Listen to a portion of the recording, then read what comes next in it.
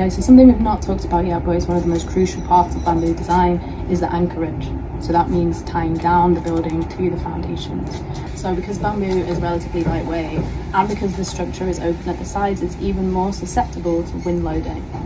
So when the wind load comes in, the roof will act as a complete canopy and it will uplift the bamboo from the foundations. Therefore, the anchorage is so important.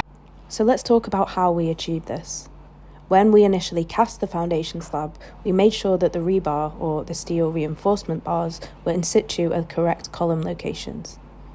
Each bamboo culm that is used for a column had all the lower nodes punched through to allow them to sit on top of this. We also had pre-drilled circular hole about 500mm from the base.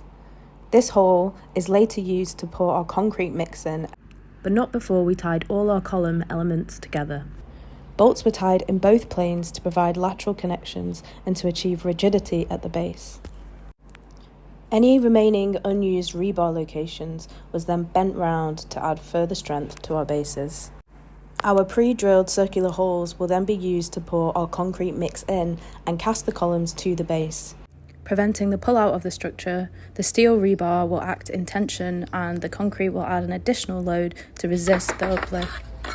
Our 3-brick upstand is then created and infilled with concrete to provide a complete footing or a boot, which will add moisture protection. This masonry is in keeping with the same architectural language used in the kitchen and within other structures on the site. Our circular access holes are later infilled with bamboo pieces that can be removed later for serviceability.